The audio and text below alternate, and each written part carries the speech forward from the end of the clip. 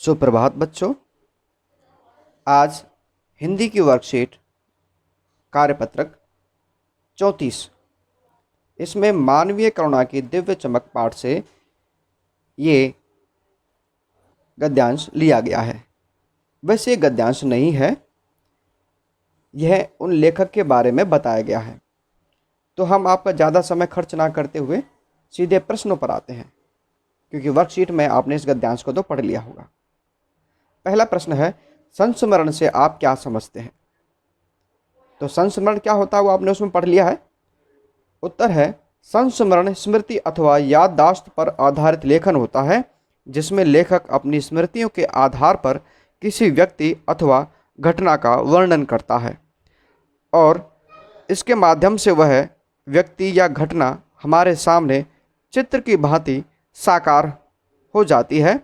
इसे ही संस्करण कहते हैं। विद्यार्थियों, आपको उत्तर लिखते समय ये जरूर ध्यान रखना है कि प्रश्न क्या पूछा गया है और गद्यांश में से आपको किस जगह से छांटना है।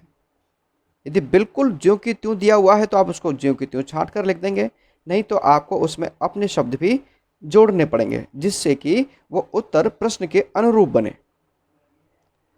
अब आते हैं हम प्रश्न नंबर 2 पर। फादर कामिल बुल्के कौन थे? उनके भारत आने का क्या उद्देश्य था?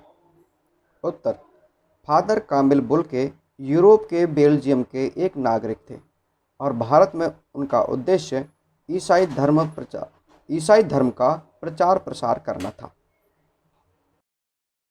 नंबर 3, भारत में फादर कामिल बुल्के ने क्या योगदान दिया?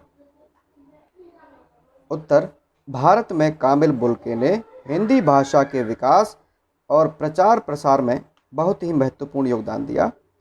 हिंदी भाषा को समृद्ध करने के लिए उन्होंने अंग्रेजी हिंदी शब्दकोश भी लिखा। प्रश्न नंबर 4, गतिविधि। आपके जीवन में भी कोई ना कोई ऐसा व्यक्ति आया होगा जिन्हें आप याद करके उनके बारे में अपना संस्मरण लिखिए। तो विद्यार्थियों, इसमें आपको अपने आप ही लिखना है। आपके जीवन में कोई ना कोई व्यक्ति तो ऐसा आया ही होगा जिन्हें आप जानते पहचानते हैं और उनकी यादें आपको अब भी आती हैं। तो आप उन व्यक्तियों को ध्यान में रखते हुए उनके बारे में आप लिख सकते हैं। कैसे लिखेंगे कि किस तरह से आपको क्या क्या बातें उनके बारे में अच्छी लगी, उनका व्यवहार कैसा लगा, आपके संपर्क में रहे तो आपसे उनकी सद्भावना मित्रता कैसी थी। इस तरह से आप उनके बारे में लिख सकते हैं।